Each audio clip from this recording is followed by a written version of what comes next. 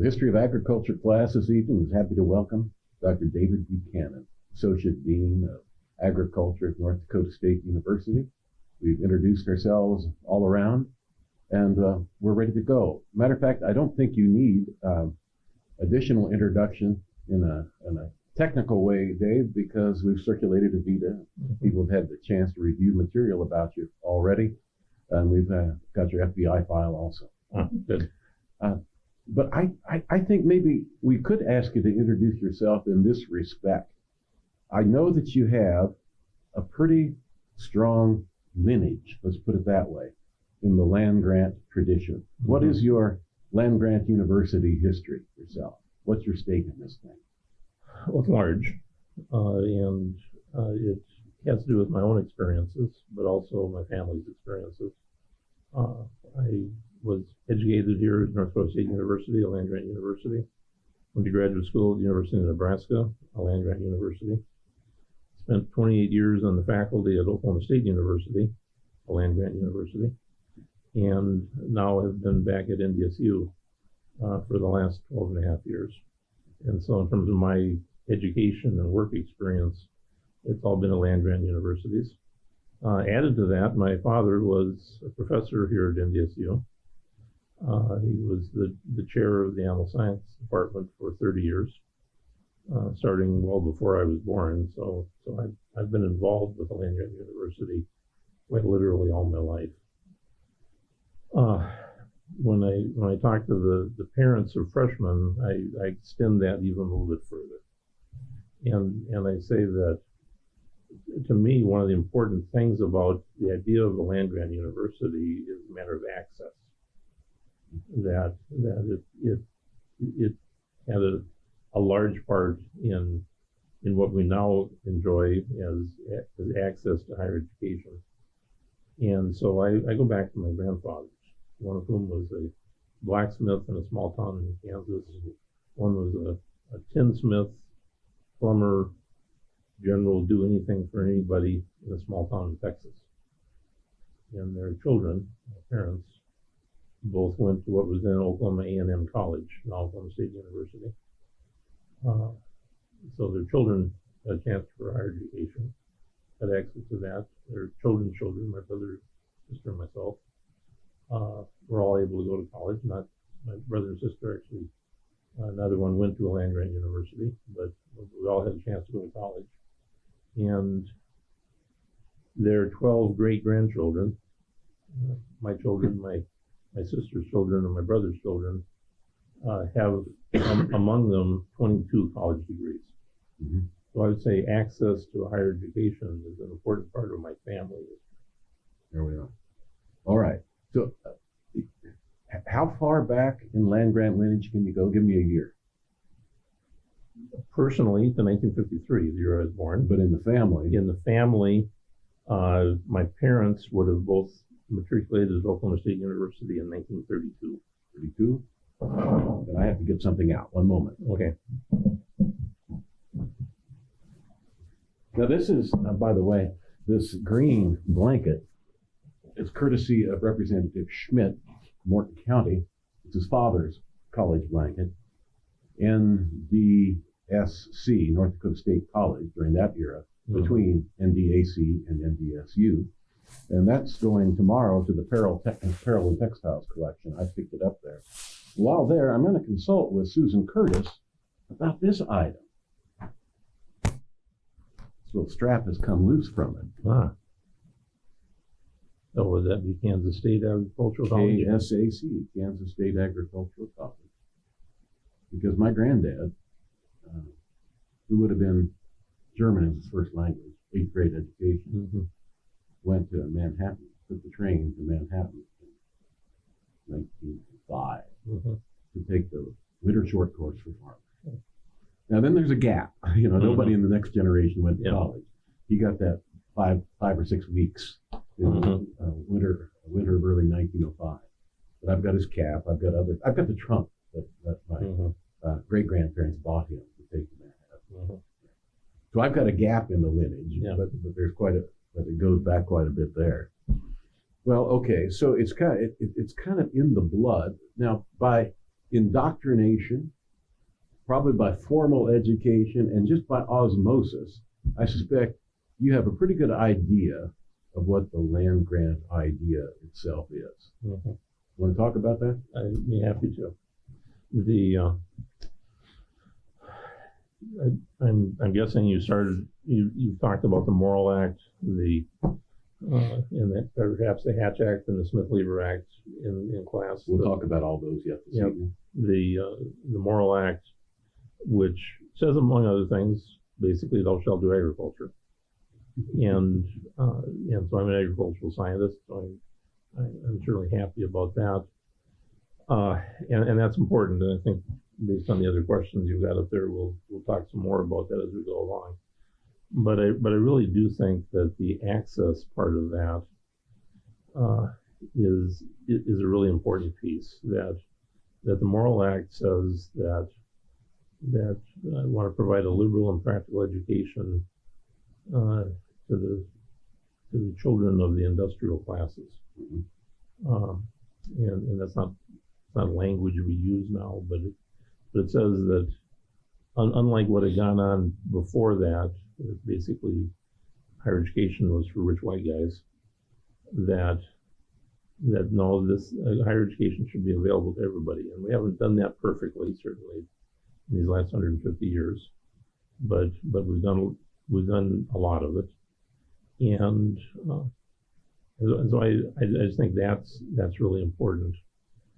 The students that I've had the good fortune to be involved with over these last 40 years of being a college professor, come from a lot of different places. I'm sure I've taught students from 40 plus different states, from many countries around the world.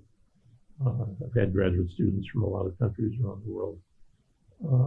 But the idea that you can go someplace and get an education, as the Morrill Act said, a liberal and practical education, how to make a living, how to make a life.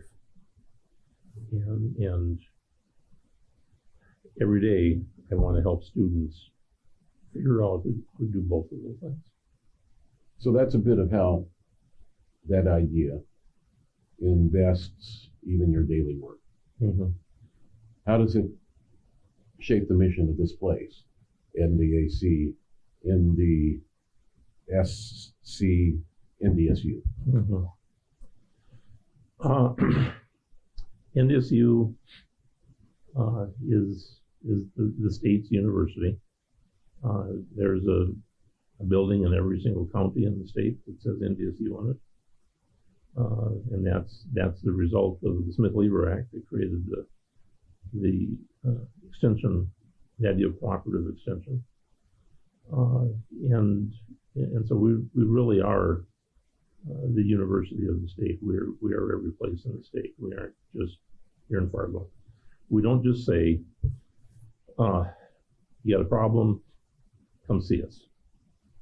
We quite literally say, you got problems, we're going to be where you are and help you figure out those things. And that's an important distinction of what a land-grant university is. We are willing to come and see where people's problems are, see what people's concerns are, and help them out where they are, as well as inviting young people and many not so young people to come to Fargo. Or watch us on Facebook, apparently, and learn a little bit about how we can work together and things.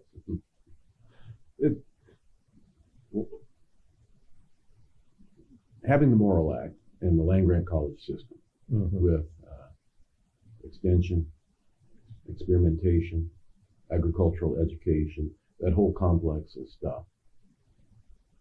How does that affect the course of agriculture and the status of agriculture in this country? You've familiarized yourself, I'm sure, with agricultural operations and communities and other nations, as have I. How do you see that? Is there any distinctive imprint on agriculture in this country from the land-grant university stuff?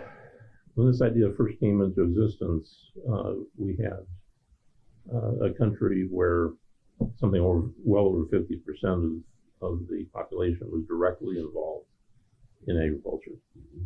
And now that number is very small. 1%, 2% are directly involved.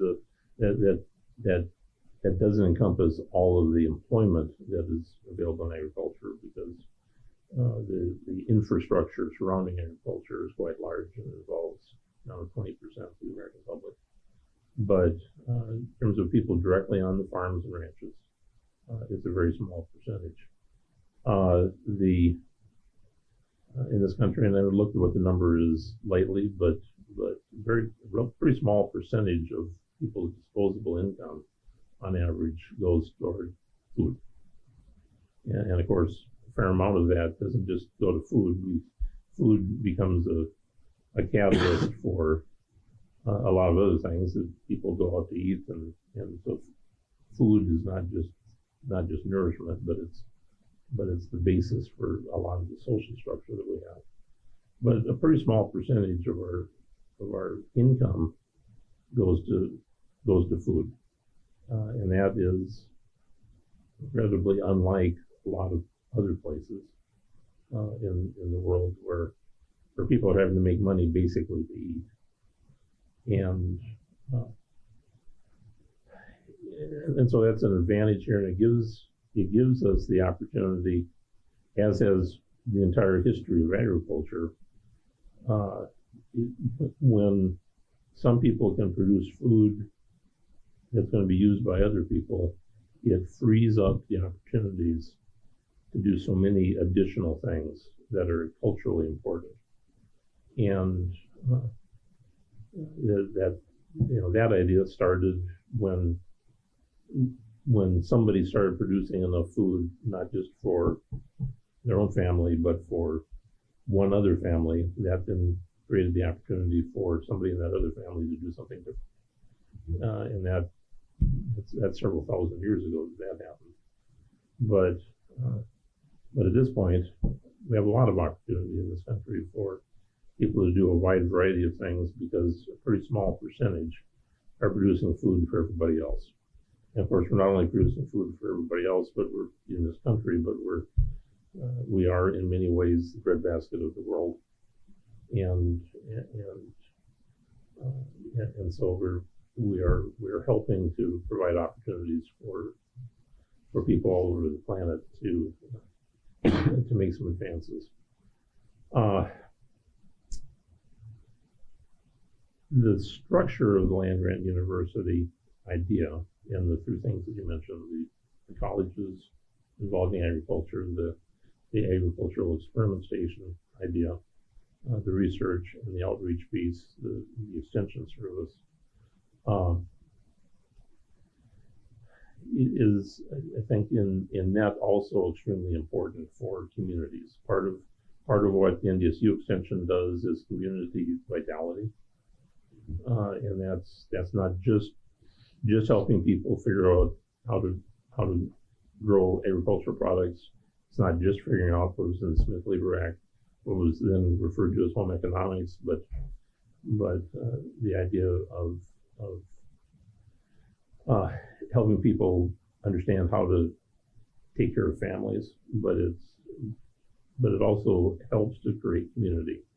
Think of something like a county fair, for example, and the large influence that local county fairs and things like that have on a community, and the input that Extension has, NDSU has, those things. Something a place you didn't go in any of your answers here now is to the land of farm fundamentalism. In the Jeffersonian frame of mind, we would be a cultured and virtuous country only if the majority of us are farmers. Only if most of us are directly engaged in working the soil will we be virtuous and good Republicans with a small r, and trustworthy and really cultured people. But you seem to be saying that, in fact, the abundance and the freeing of time and effort that comes from a more advanced and sophisticated agriculture creates a better society. Am I reading that right? I think that argument can be made, yes. All right. Now, you and I not only have lineage, but personally been in this land grant game for quite a few years. Yeah. And do you think that the land grant ideal, as we conceive of it and practice it, is what it was a half century ago?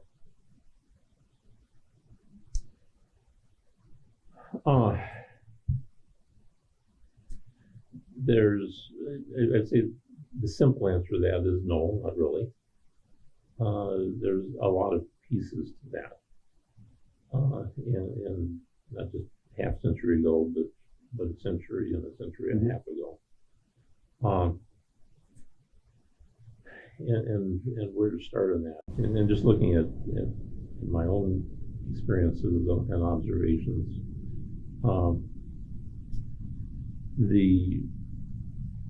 The degree to which scientists working in agriculture at land-grant universities are involved in the greater scientific enterprise, I think it's certainly grown a lot, and part of it manifests itself in the amount of funding that's available that is used for research that comes from entities like National Science Foundation, National Institutes of Health, other federal agencies, and in addition to the U.S. Department of Agriculture, that agricultural scientists are in fact involved in the broader scientific enterprise in a very large way. Mm-hmm. But that has brought with it, which is what's been going on, I think, since at least the 1950s, the idea that science really needs to be pursued very aggressively. And so this is not just unique to agriculture, but these very large federally funded programs for scientific research have expanded a lot in this time frame.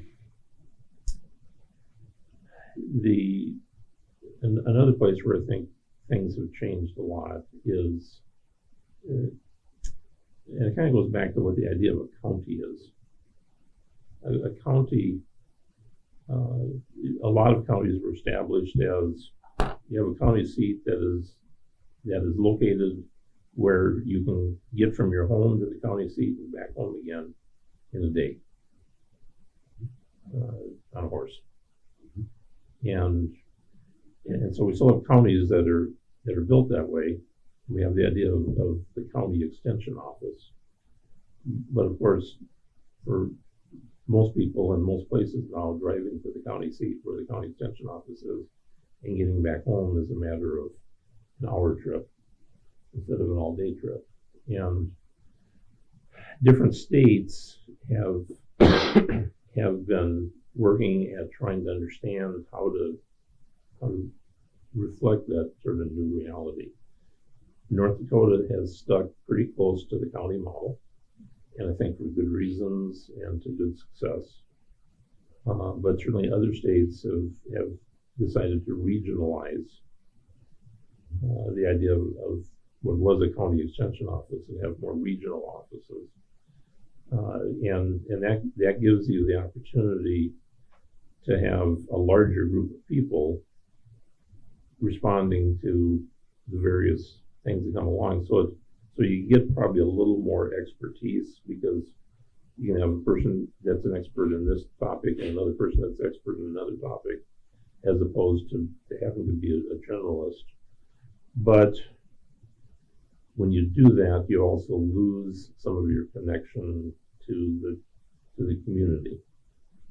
If this community that did have the extension office no longer does because the county next door has the extension office, then there's some loss of community in the original place.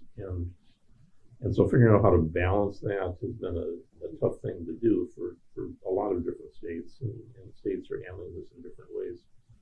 As I say in North Dakota, we've stuck pretty close still to the county model relative to extension.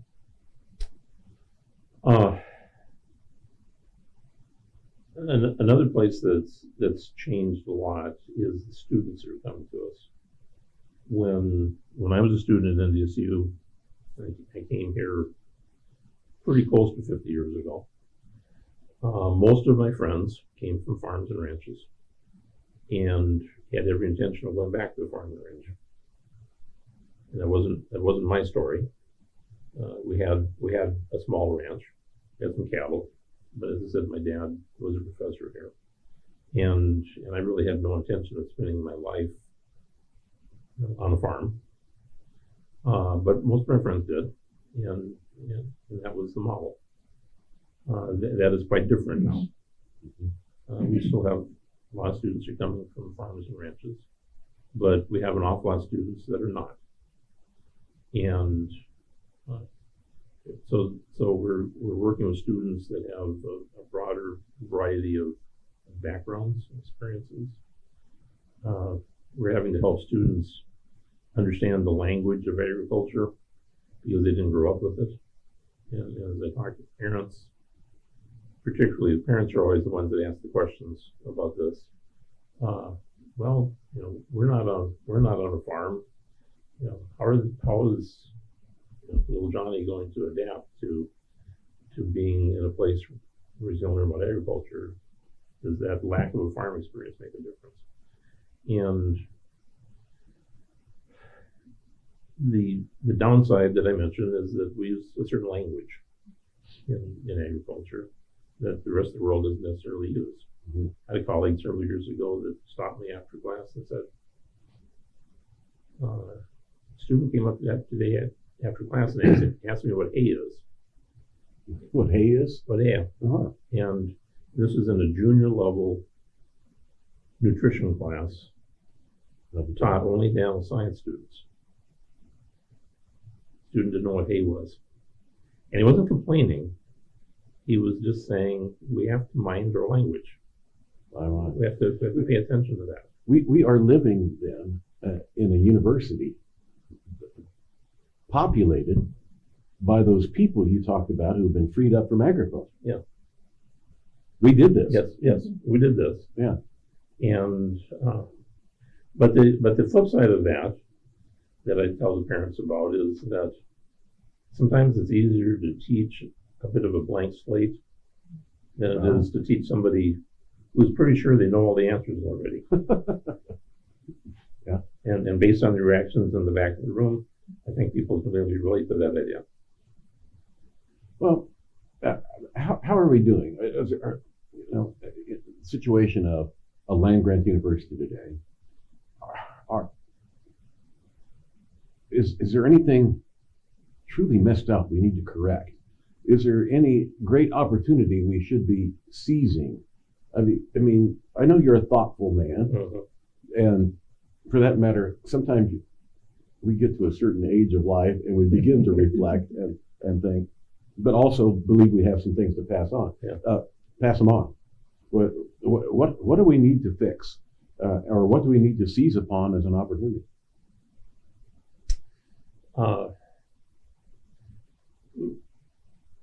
And then this again is relative to students. One thing that we probably haven't done as well as we need to, and I'm pointing to myself when I say this, is making sure that young people understand the considerable opportunities that are in agriculture. Again, even if they don't have that agricultural background. And I work on that one-on-one with students and parents that come to see me about the possibility of coming here to college. But we probably haven't done as well as we might at making sure that, and to make it local here, making sure the students at Fargo South know what the opportunities are in agriculture. And because they are considerable and they don't require any particular kind of a background other than coming with a good high school education and some curiosity and some willingness to work hard and learn sometimes. So that's one thing that I'm trying to encourage the people around me to pursue, realizing that I'm not going to be doing this for a lot more years, but that's something we need to be doing going forward. But I also think that my younger colleagues probably have some skills that will lend themselves well to doing that. Uh-huh. Well, here's something I've noticed. It used to be the running joke, young woman, young man, they finish high school, the boy gets the farm, the girl gets a suitcase. Go get yourself a nursing certificate, go get yourself a teaching certificate or something like that, or go marry a farmer. Mm-hmm. See, now, when I have office calls and students come in, because I make them come in and say, what are you majoring in? Well, I'm talking about a young woman. Mm-hmm. I'm crop and weed science major. And what are you going to do? Well, I think I'm going into crop consulting. Mm-hmm. And then I usually circle back on that. And what are you really going to do? She's waiting for the old man to retire. In other words, and then I see a state FFA convention come in town. It's 3/4 young women. What's going on here?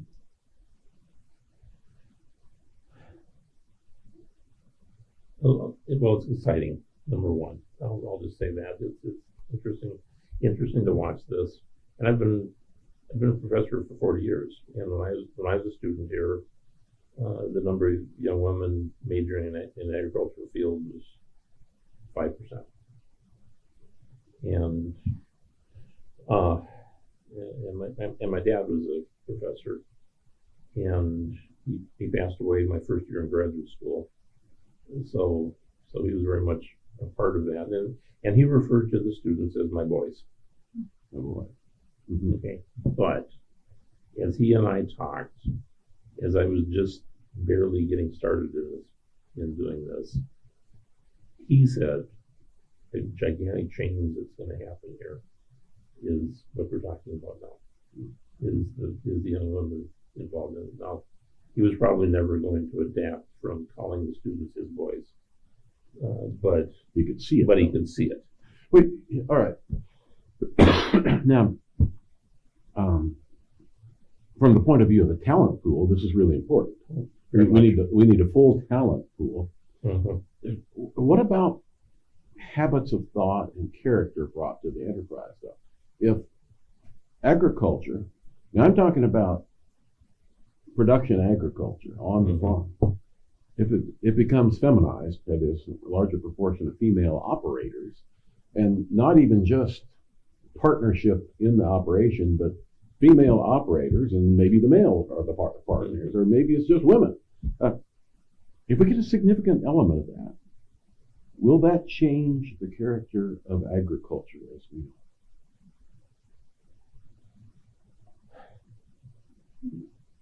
Well, to begin with, first of all, that is happening.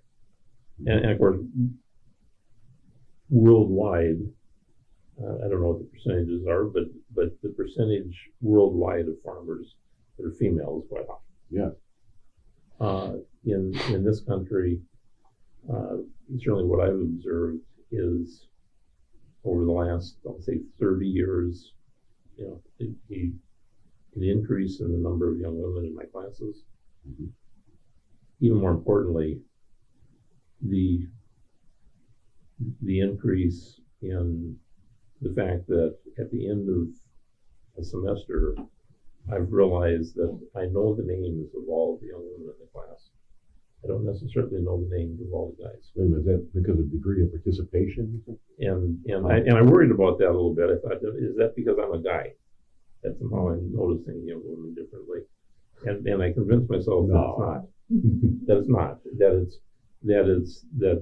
Hey, do they sit in different places in the classroom?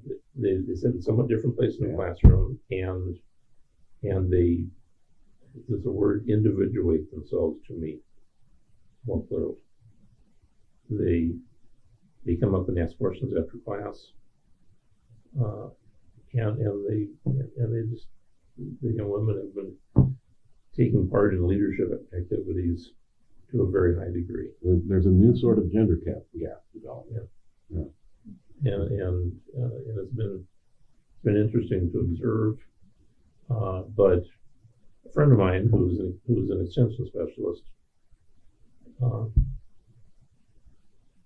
working with beef cattle, working with ranchers, and he told me this is 30 years ago. He said a very interesting thing that he observed was when the husband, something happened to the husband died for no reason, and left the wife, the widow now, in charge of the ranch. That very frequently several things happened. And one of them was that they sold the four-wheel drive pickup because they realized that they didn't need it. That the four-wheel drive pickup was for show and not for work. And that actually was a metaphor for a lot of other things that were going on in that ranch. And some ranches what happened in some ranches was that sort of the fluff got stripped away and you got focused in more directly on what was really important. Now, this was a guy telling me this who, very definitely an alpha male. Yeah. But this was his observation of ranches that all of a sudden became the responsibility of a widow.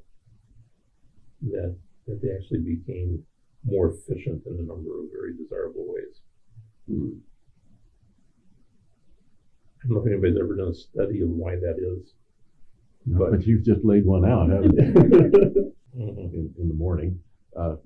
And whether the coffee's ready or not, and that sort of thing. But it is possible to be optimistic. Give us your take. Now, people often, in land-grant university, they're always talking about agriculture as if it's some monolithic thing here, but two sides. Agriculture as a sector of American life, and agriculture as an enterprise in the university setting. How optimistic are you? Very optimistic, and part of that is just grounded on the basic idea that people need to eat. Oh yeah?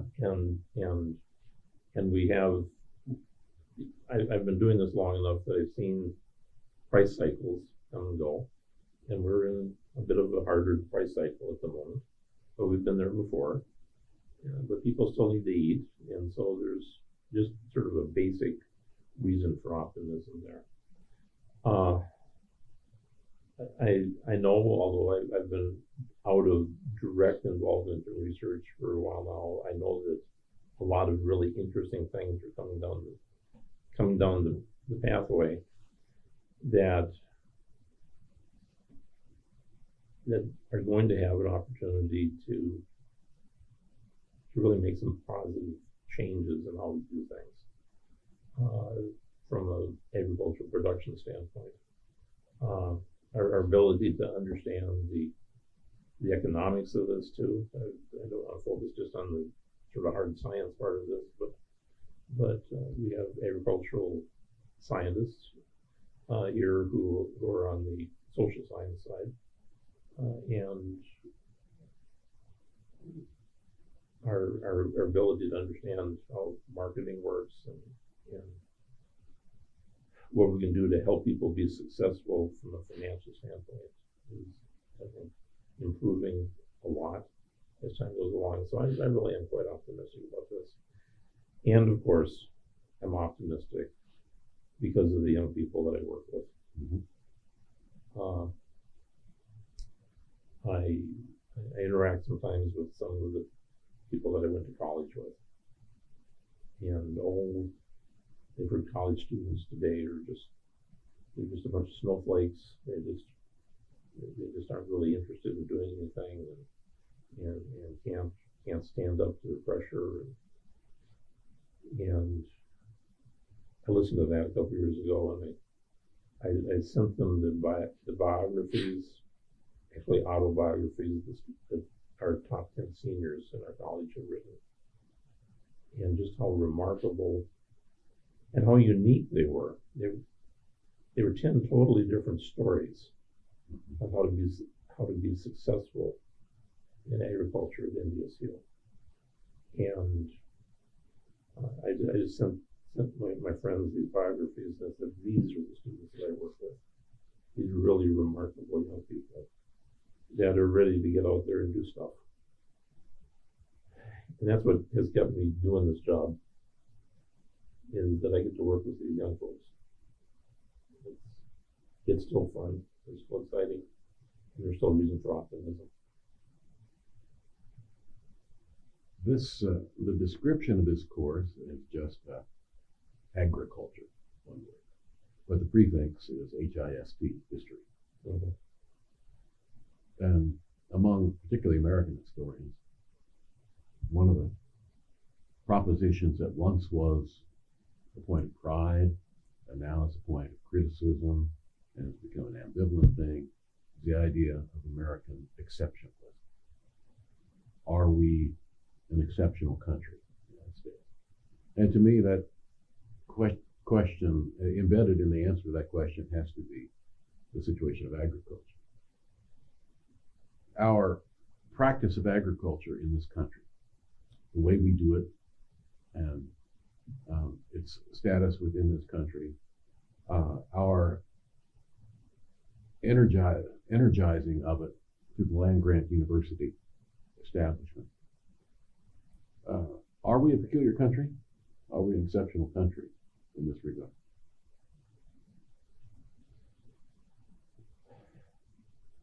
I'm going to start that answer by saying that we're blessed in this country to have amazing resources that are natural, that lend themselves to agriculture. So does Russia. Yeah. But we really do. And when I commented earlier that we have been, in some regards, a breadbasket for the world, mm-hmm. That's partly because of some really amazing resources we have. And it's easy for us to think here about the Midwest. When I think of the Midwest, because I don't think of Ohio as the Midwest, even though Ohioans do. But this region of the country extending through the entire area where I've lived, in Nebraska and Oklahoma as well, just the natural resource that's here that we should be criticized if we're not using it well, to feed ourselves and to feed a lot of other people. And so we have that resource, and we've had the good fortune politically in this country to, historically in this country, to not have some of the problems that you mentioned. Russia has a lot of good natural resources, but has had some political things that have happened, some history. This is not the time to expand on Lysenkoism, but there will be a time for that, but not now. There may be a time for that. But we've done a pretty good job of making sure that we keep the main thing relative to what agriculture is. And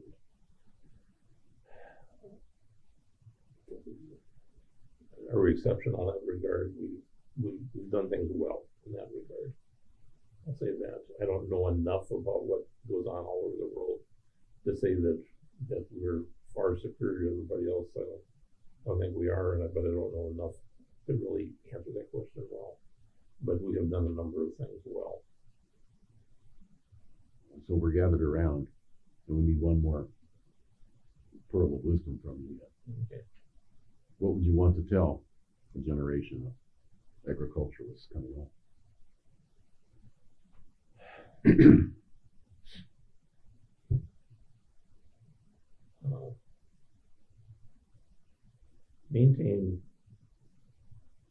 Maintain curiosity.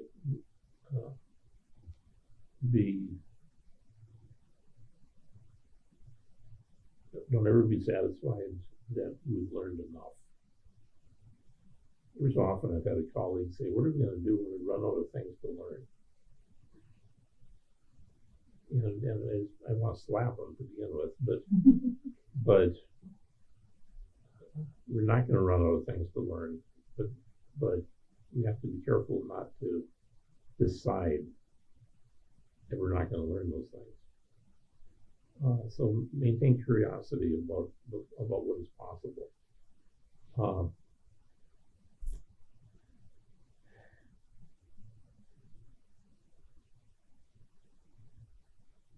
The other half of what I would say is we probably need to do a better job of remembering who it is that we're doing this for. It is easy for us to make the negative comment about the kid in New York City who doesn't know where his food comes from. He thinks it comes from the grocery store, and that isn't being fair to that person. In my generation, people my age, for the most part, all over this country, have at least one grandparent that was on a farm, and that doesn't exist any longer. We certainly have a lot of people that are more distant from what agriculture is, but they may be unaware, but they're not stupid. We need to show respect for the people that we're doing this for, that we're raising the food for, and listen to them and help everybody to see what we're doing, why we're doing it, and to listen to the fact that people want to know where the food's coming from. And there's something we haven't done as well as we might have over the last 4 years that I've been doing this. That might be one of the things, is helping people understand where the food is coming from. But we have to do that showing respect to the food, and not just complaining about people that are somehow ignorant to things. Yeah, that's not the way to approach this.